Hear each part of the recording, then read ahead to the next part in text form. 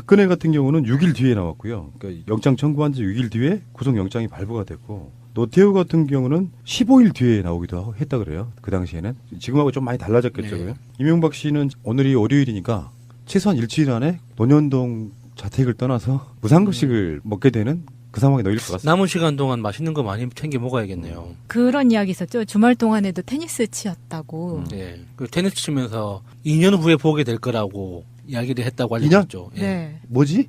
그러니까. 그렇게 이야기를 했대요. 관리에 따라서 자기가 2년 정도면은 사면돼서 나올 거다라는 자신감의 발로인데 택도 없는 소리죠. 이명박 씨가 구속영장이 청구됐군요. 청구됐습니다. 효과음 좀 넣어주세요. 주말 동안 법리를 다 완성을 하고요. 기승전결 다 완성을 하고, 그리고 법원에서도 더 이상 이것에 대해서 논란이 일어날 여지를 다 빼버린 상태로 완벽하게 맞추어서 오늘 구속영장 청구를 했을 거고요. 모든 법학자들이 대부분 이 구속영장이 발부된다는데 지금 무게를 싣고 있어요. 그렇기 때문에 이번 주 안에 드디어 포승줄에 묶인 모습을 볼 수 있을 것 같습니다. 특정범죄 가중처벌법상의 뇌물, 이게 제일 크고, 특정범죄 가중처벌법상의 횡령, 직권남용 권리행사 방해, 대통령 기록물법 위반, 이렇게 혐의가 구속영장 청구의 이유인데요. 가중처벌된다는 게 진짜로 중요하거든요. 가중처벌되는 거. 보통 일반인들의 범죄보다 훨씬 더 중하게 다루는 범죄 중에 하나가 공무원 3급 이상이거나 강요를 했거나 뭐 이런 여러 가지, 대통령이기 때문에 더 처벌받는 부분도 있고요. 대표적으로 그냥 폭력사건 있잖아요. 네. 가중처벌법이 이렇게 이해하시면 좋아요. 내가 야수님을 그냥 때리면 그냥 법의 적용을 받는데 단체로 때렸거나 무기를 들었거나 이런 것들을 하면 가중처벌됩니다. 그리고 절대 잊지 말아야 할 게 푸나님이 말씀하시는 그 범죄들은 이명박이 앞으로 처벌받게 될 기소될 정말 수백 건 중에 정말 발톱에 때만 하는 거예요. 이제 시작인 거죠. 구속영장을 신청한 이 범죄만 가지고 처벌하는 게 절대 아니라는 걸 잊어서는 안 됩니다. 그러니까 그거는 진짜 바둑용어 아다리가 딱 맞습니다. 했다고 말할 수도 없고 안 했다고 말할 수도 없는데 어차피 안 했다고 하면 구속영장 청구의 가장 중요한 요건이 돼버려요. 예. 증거를 확실하게 갖고 있는데 법원 내에서도 마찬가지거든요. 구속영장을 청구하면서 청구의 이유를 이렇게 여러 가지 쓸 거 아니에요. 핵심으로 요약해서 판사가 봤을 때. 이런 증거는 확실한데 피의자는 아니라고 이야기를 하고 있어요. 아니라고 말하는 사람은 필연적으로 그 아니라는 걸 증명하기 위해서 밖에서 뭔 일인가를 해요. 그러니까 이명박이 딱 구속되는 순간에 아마도 모르긴 해도 한꺼번에 쏟아질 가능성이 높아요. 일단 갇히는 순간에. 이명박 비리에 빅뱅이 오는 거예요. 영장이 청구돼가지고 나오기까지 시간이 좀 걸리겠죠? 오늘 영장이 청구됐으니까 법원에는 이것도 신속하게 영장을 심사를 해야 될 의무가 있어요. 책무가.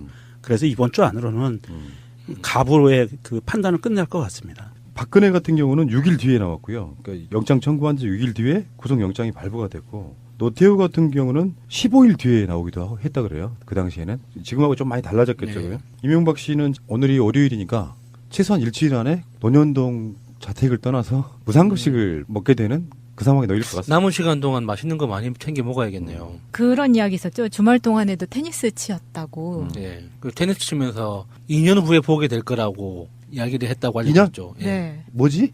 그러니까. 그렇게 이야기를 했대요. 관리에 따라서 자기가 2년 정도면은 사면돼서 나올 거다라는 자신감의 발로인데 택도 없는 소리죠. 문재인 대통령은 절대 그런 일을 할 일이 없습니다. 새빨간 거짓말이에요.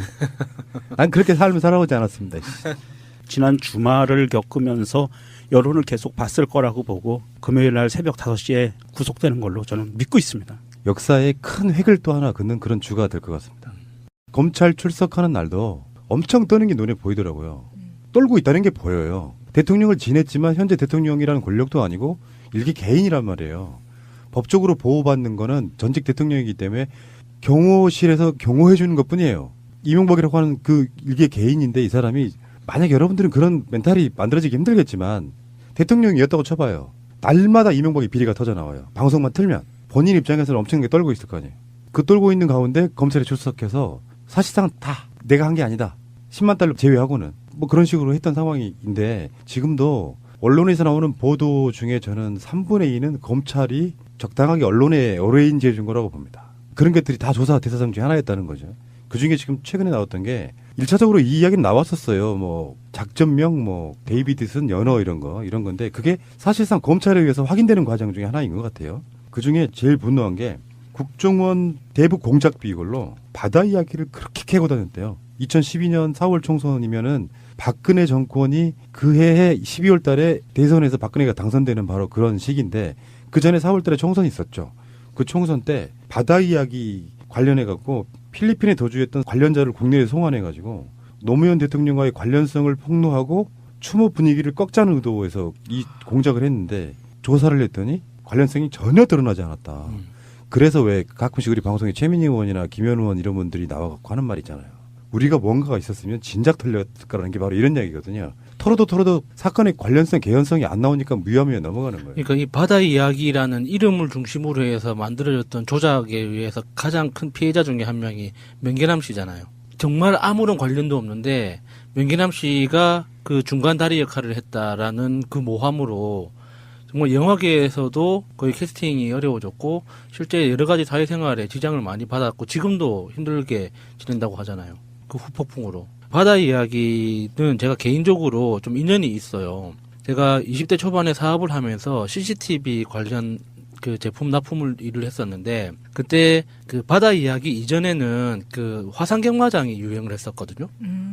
그래서 그 화상경마장 오락실 내부에 CCTV를 설치하는 그 설치해주는 일을 하면서 인연이 돼가지고 그 오락실의 전체 시스템 서버를 관리하는 일까지 하다 보니까 전체 이제 화상경마장이나 바다 이야기가 어떻게 운영되는지 전반적인 시스템을 이제 한번 볼 기회가 있었어요.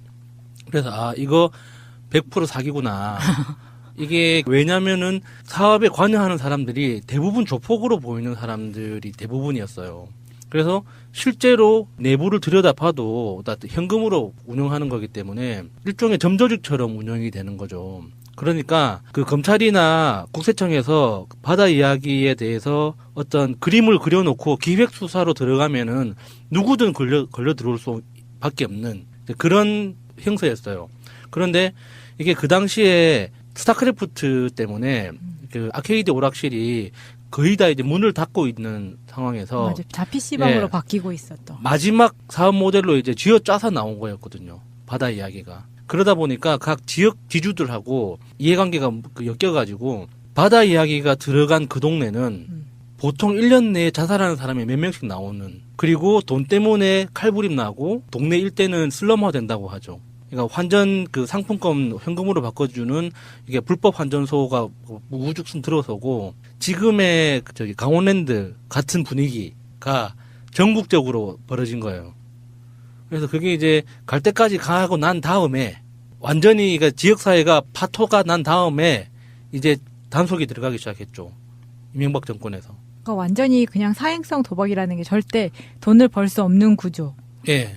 그런 사기 진짜 이거는 운영 시스템을 보면 아 이거는 100% 사기다라는 걸 알 수밖에 없어요. 예. 우리 야수님이 영도 바닷가에서 놀던 이야기, 바다 이야기. 고래 잡는 이야기. 이게 그 도박이라는 게 그렇습니다. 도박이라는 거는 어차피 사행성이고요. 이게 뭐 국가에서 하건 개인이 하건을 따지지 않고 도박은 기본 사행성이라는 것이 바닥에 깔려 있어요. 그런데 이게 확률을 어떻게 조작하느냐, 뭐 덜 조작하느냐, 많이 조작하느냐의 차이지 확률이라는 것을 만들어 놓는 것 자체도 조작이거든요. 그렇죠. 예, 그래서 라스베가스나 뭐 마카오 이런 데서 하는 것들도 확률을 만들어 놔요. 기본 조작을 해놓는 거예요. 몇 % 확률로 당첨되게 만들어 놓는 거기 때문에 이건 기본은 조작이고요. 이 조작의 확률이 얼마나 되느냐, 이게 뭐 100분의 1이냐, 1억분의 1이냐 이 차이에 따라 다른 거지 큰 차이는 없고 문제는 이런 바다 이야기가 이명박 정권에서 자기들의 정치적인 입지를 다지기 위해서 이전 정권을 공격하기 위한 수단으로 삼아서 되지도 않는 증거도 없는 것을 탈탈 털어서 뭔가를 조작을 하려고 했는데도 불구하고 전 국가적인 차원에서 나서서 조사했는데도 불구하고 아무것도 안 나왔다. 그런데 아무것도 안 나왔는데 2017년 5월 장미대선이라고 하는 그 대선에서도 이 바다 이야기가 나왔어요. 홍준표 입에서. 이런 상황들을 봤을 때 이것은 끝난 게 아니고 앞으로도 지속적으로 자유한국당 부류, 바른당 이 부류 애들은 지속적으로 꺼낼 수밖에 없는 아젠다예요. 왜냐하면 조금이라도 험집 낼 수 있는 그 스크래치를 낼 수 있는 정말 작은 먼지 같은 존재들이라도 그거를 키워서 만들어내야 되기 때문에 얘네들은 계속 들고 나올 거고요. 이거는 이제 그 이 바다 이야기나 기타 등등 이런 걸로 들고 나오는 거에 대해서 우리가 그냥 대범하게 넘어갈 시기는 이제는 지났다고 봐요. 이거는 철저하게 앞으로 계속 이런 이야기가 나오면 법대로 처벌을 하고 이거는 그냥 넘어가서는 안 된다고 봅니다, 이제는. 관련이 없음이 드러났음에도 불구하고 한쪽에서는 그러니까 정식 뉴스로는 못 나가고 국정원 등이 가짜 뉴스를 만들어가지고 카톡 같은데 뿌리는 방식으로 계속 스크래치를 내니까 노인들이 그러는 거예요. 이번에 수원에서 폭행당하신 분 혹시 기사 보셨습니까? 아, 태극기 집회 중에 네. 폭행당한. 그렇게 이제 결의에 찬 좀비들이 죽창 들고 돌아다니는 거예요. 그래서 마음에 안 들고 뭔가 좀 시비가 걸리면은 다구리 논다고 하죠. 어떤 식이었냐면은 그 깃발 들고 있는 그 막대 있잖아, 긴 거. 예. 이걸로 차 안에 집어넣고 막 쑤셔버린 거예요. 그리고 나서 그 안에는 어린 아이들도 타고 있었고 부인도 타고 있었습니다. 그 밖에 나오니까 집단 폭행하고 경찰은 거기에서 피해자를 막는 방식이 아니고 모른 척하는 방식으로 당해버린 거예요. 이 사건이 지금 정식으로 고소가 된 모양이던데 그런 분들이 그렇게 해서 나오는 겁니다. 그러니까 잘못 뭔가가 입력되어 있는 좀비들이 나라의 발전을 지속적으로 지체하고 있는 그런 상황이라 이렇게 보시면 될 것 같고요. 다시 말씀드리지만 이쪽 분들의 어떤 이런 비리가 있었으면 진작에 나와서 다 털렸어요. 그러니까 지금 그럴듯하게 카톡이나 하다못해 우리 방송 댓글 같은 곳에도 그런 이야기들이 가끔씩 달리잖아요. 뭐 바다 이야기는 어쩌네 저쩌네 다 거짓말입니다, 여러분. 그렇게 해봐야 안 되는 건 안 되는 것이고 없는 건 없는 것이죠. 예. 새가 날아든다는 여러분들의 하트를 먹고 삽니다. 잊지 않으셨죠? 에피소드 제목을 누르고 플레이가 되면 오른쪽 위에 하트를 꼭 눌러주세요. 오늘도 감사합니다. 더 많은 분들이 들을 수 있도록 하트 꼭 눌러주세요. 자, 다음에 지광 스님이란 분 좀 이야기하는데 이명박 씨가 아주 덕실한 기독교 신자 아니겠습니까? 소망교회 유명하고요. 서울시도 봉헌하신 분. 그렇지. 예. 대통령 시절에도 무릎 꿇고 기도하는. 그런 이명박이었는데 범종교적으로 이제 화합하실 분이시니까. 돈에 관해서는 정말 어떤 일가를 이룬 철학자 같아요. 어떤 것도 그 구별하지 않고 돈만 갖다 준다면 모두 다 안아주는. 이분이 현재 국제신문이라는 곳에 회장을 맡고 있기도 하고요. 국제신문이라는 곳이 이제 부산에 있죠. 예, 유명하신 분이죠. 국제신문의 대주주가 지광 스님이 주지로 있는 능인선원이고 이분이 이명박에게 그러니까 이분이 원래 이제 유명하게 그랬대요. 그 서울대 나온 기자 출신 엘리트 스님. 알고 보니 서울대 나온 건 아니었죠. 그렇죠. 뭐 그 이런 거고. 근데 선원이 이제 우리가 낯선 용어긴 하지만 우리가 흔히 쉬운 말로 보면 아카데미라고 생각하시면 됩니다. 고깃집 아니었네요. 학원 뭐 이런 거. 예. 근데 이분이 그러고 나서 정말 나중에는 서울대에서 종교학 석박사를 땁니다. 그걸도 출신 맞네. 마차님한테 내가 헤드폰 본배기 스위치 켜 있어 그랬더니 딱 그 순간에 키면서 켜져 있네요. 그래서 그거 아니야 지금. 거짓말을 할 줄 모르는. 지광 측에서 검찰에 출석해서 조사를 받았고요. 김백준을 통해서도 이제 지광이 돈을 김백준한테 줘서 김백준이 이명박한테 줬다 이런 고리거든요. 그런데 지광이 언론사 인터뷰에서 대변인을 통해서 이렇게 발표를 했습니다. 이명박이 직접 요구했기 때문에 줬다라고 발표를 했고요. 뭐라고 표현하냐면 민원 편의를 봐줄 테니 당선 축하금을 보내라라는 말이 제안이 이건 협박이거든요. 제안을 받고 2억 원을 김백준을 통해서 보낸 거라고 지금 지광 측에서는 얘기를 하고 있어요. 그리고 지광 측에서는 이것을 검찰에 출두해서 다 얘기했을 거고요.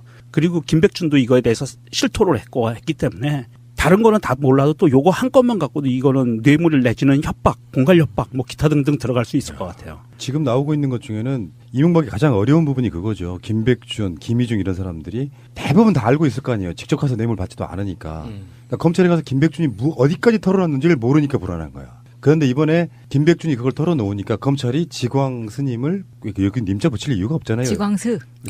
그냥 지광이라고 부르세요. 이름이니까. 유머가 생각이 나서. 지광스. 아, 나는 이 사람한테 님자 붙이고 싶지가 않은데도 님을 붙이잖아요. 스님들은. 그냥 지광. 중지광. 지광스. 맞네. 자, 이분을 불러서 직접 물었는데 맞다라고 시인했단 말이에요. 안 할 수가 있나. 대신에 이쪽 입장에서는 어차피 이명박 측에서 요구를 했건 안 했건 간에 뭔가 편의를 봐달라고 하는 거니까 불교대학 설립에 편의를 제공 밖으로 들어간 명분일 거예요. 그게 어떻게든지 그걸 우리가 해결해 줄게 먼저 돈을 줘 이걸 수도 있겠지만 한편으로는 양쪽의 이득이 맞아 떨어지니까 네. 뒀을 거라고 보는데 이명박은 조사해서 받은 적 없다. 난 전혀 모른다. 이렇게 이야기를 했다라고요. 이게 어떤 좀 카테고리화가 되어 있는 것 같아요. 중소기업이나 종교계, 사학 쪽은 2억. 지난번에 ABC 뉴욕 제과도 예. 2억인 걸 봐서는 뭔가 가격표가 있는 게 그러니까 아닌가. 교육 컨텐츠를 중심으로 이렇게 규모가 있는 재단법인이 정식 학교법인 허가를 받기 위해서 로비를 이렇게 꾸준히 하지 않습니까? 그런데 이 능인선원이라는 이 불교 관련 재단법인이 2억을 내놓을 정도면 그 강남이나 서울권에 그 연예인을 키우기 위해서 이렇게 운영하는 학교라는 이름을 가진 학원들 굉장히 많잖아요. 기획사요? 예, 아니요. 그러니까 기획사가 투자해서 만든 학원들. 예, 학원들이 굉장히 많거든요. 그런 학원들이 이제 2년제 대학 허가를 받기 위해서 로비를 많이 해가지고 국회 내에서 문제가 된 경우들이 있었거든요. 능인선원이라는 이런 불교 교육 단체도 이 정도 2억이라는 돈을 내놓고 대학 설립을 위해서 로비를 했는데 얼마나 많을까 싶은 거죠. 그렇죠. 그렇게 하려고 하는 학교가 얼마나 많은데. 불교뿐만 아니라 장로님을 모시고 있는 교회들이 거기는 DC 해주겠죠. 장로 DC 얼마나 많이 특정범죄 가중처벌법상의 뇌물 이게 제일 크고 특정범죄 가중처벌법상의 횡령, 직권남용 권리행사 방해, 대통령 기록물법 위반 이렇게 혐의가 구속영장 청구의 이유인데요.